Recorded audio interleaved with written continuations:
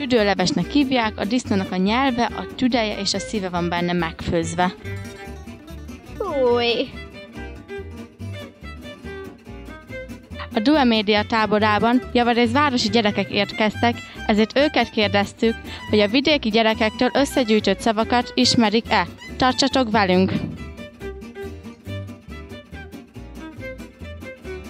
Valami bútort elszállítanak, vagy ilyesmi? Hát valamit elszállít, szerintem hulladékot. Ciszternás kocsi, valamilyen kocsi? Aton viszik a szőlőt? Vízhordó autó? Nem. Kétökrös fogat?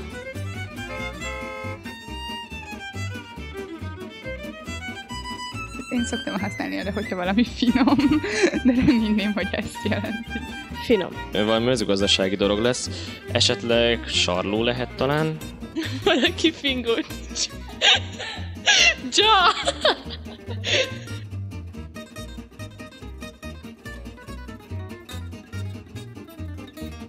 Nagyon kajás hangzása van. Soha nem hallottam még róla. A pejsli, hát hallottam róla, az valami étel. Nem? Eszembe jut a ló. Lónak a színe, pejsli, lábos. Talán? Szerintem ez valami kaja. Vagy pedig persely. Nem ismerem.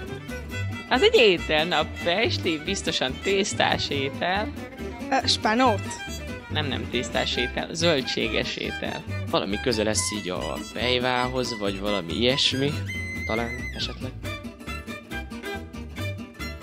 Vegetáriánusnak különösen jó hangzik, azt kell mondanom. Én hódmezővásárhelyi vagyok, és ott tájszólásban beszélünk, és ebben vannak tájszavak is, mint például a garaboly, vagy mit csinál az, aki buksengöl. Igen. Várjál, most ezt össze kell raknom. Van, hogy gónya, húzóika. Én székely vagyok, és az egész családom székely, és akkor innen vannak ezek a szavak, szóval nagyon sok van, de most ezek jutottak így ide. A garaboly az fonott veszőkosarat jelent, a buksengöl pedig bukfencezik. Jó van, na mindjárt. Van ilyen, hogy sparhál, dzsindzsás, ezt nagyon sokan ismerik, tikszó, ami nem a tiknak a szava. Kotla. Azt nem tudom, mit jelent az? Edény, lábas edény. Az egri csillagok fontosnak tartja ezeknek a megőrzését. Erről a témáról tovább olvashatnak honlapunkon. Tőzsgyökeres.